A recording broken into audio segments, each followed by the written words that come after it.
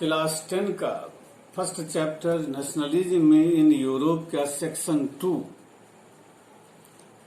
में एक टॉपिक है रिवॉल्यूशनरीज।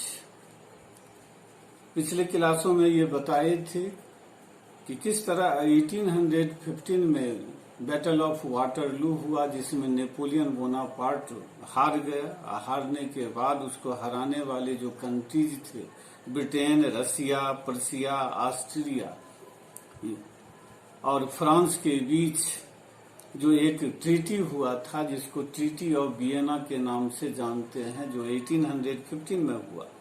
इस ट्रीटी के द्वारा फ्रांस के द्वारा ऑक्युपाइड जो कंट्रीज थे, उनमें फिर से कंजर्वेटिज्म को फिर से एस्टेब्लिश किया गया। कंजर्वेटिज्म क्या है? तो कंजर्वेटिज्म वह व्यवस्था है जो यह इस बात के महत्व को जोर देता है, जो पुरानी जो परंपराएं हैं, पुरानी जो रीति रिवाज है, जो पुराने जो इंस्टीट्यूशंस हैं, पुराने जो संस्थाएं हैं, जैसे राजतंत्र, मोनार्की, चर्च, सोशल हायरार्की यानी समाज जो बटा हुआ था 3 स्टेट्स में, वे प्रॉपर्टी लोगों के पास जो थी उस पर, और जो पुराने तरह के परिवार थे, फैमिली, इस सब पर जो है सो जोर देता था। इसमें किसी तरह का परिवर्तन कंजर्वेटिज्म नहीं चाहता था।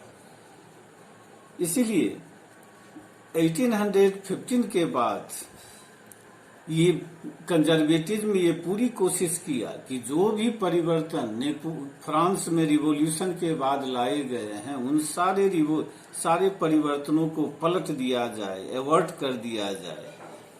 और इसके कारण फ्रेंच रिवॉल्यूशन से रिलेटेड जितने भी मटेरियल सब थे बाजार में सीज कर लिए गए, उनको जला दिए गए कि ताकि लोग उसको पढ़ करके फ्रेंच रिवॉल्यूशन से इंस्पायर्ड नहीं हो। जितने भी रिवॉल्यूशनरीज थे, नेशनलिस्ट थे, लिबरल थे, इनको पकड़ करके जेल में डाल दिया गया।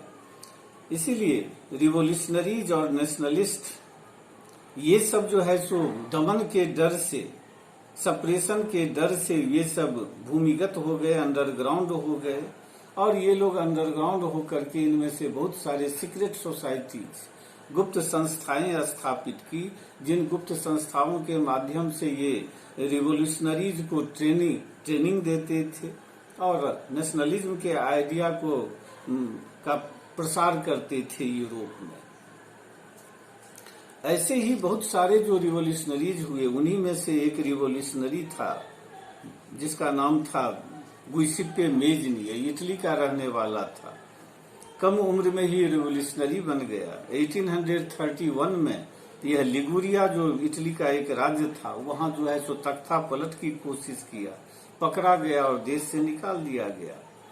वहां से निकलने के बाद यह जो है सो 2 सीक्रेट सोसाइटीज की स्थापना किया, यंग इटली और यंग यूरोप। इसका कहना था कि इटली जो है सो टुकड़ों टुकड़ों में बटा नहीं रह सकता है। ईश्वर की यह इच्छा है कि लोग जो है सो राष्ट्र के रूप में, राष्ट्र राज्य के रूप में संगठित रहें।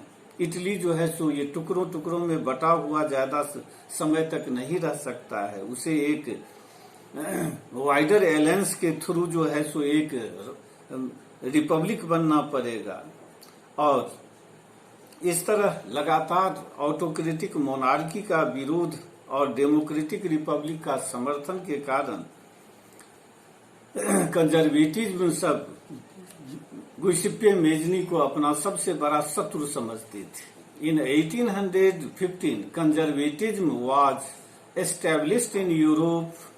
Conservatism emphasized the importance of tradition, customs, and established institutions like monarchy, church, the social hierarchy, property, and the family. Thus, in 1815, it was tried to avert all the reforms brought after French Revolution. After 1815, in the fear of suppression, many liberals and nationalists became underground. Many of them established secret societies in many European states to train the revolutionaries and spread the idea of nationalism. At that time, it was essential for a revolutionary to oppose the autocratic monarchy and the order established by the Treaty of Vienna. Together with it was essential for a revolutionary to be sincere and to struggle for freedom and liberty. Most of the revolutionaries believed in the establishment of nation states.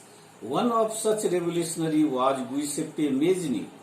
He was an Italian revolutionary who was sent into exile in 1831 after attempting a revolution in Liguria in modern Italy.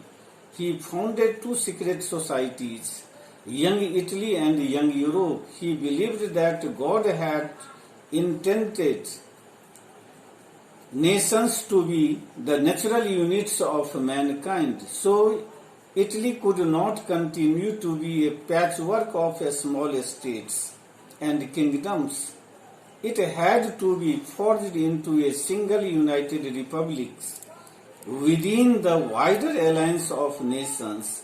Such relentless opposition of monarchy and vision of democratic republics frightened the conservatives.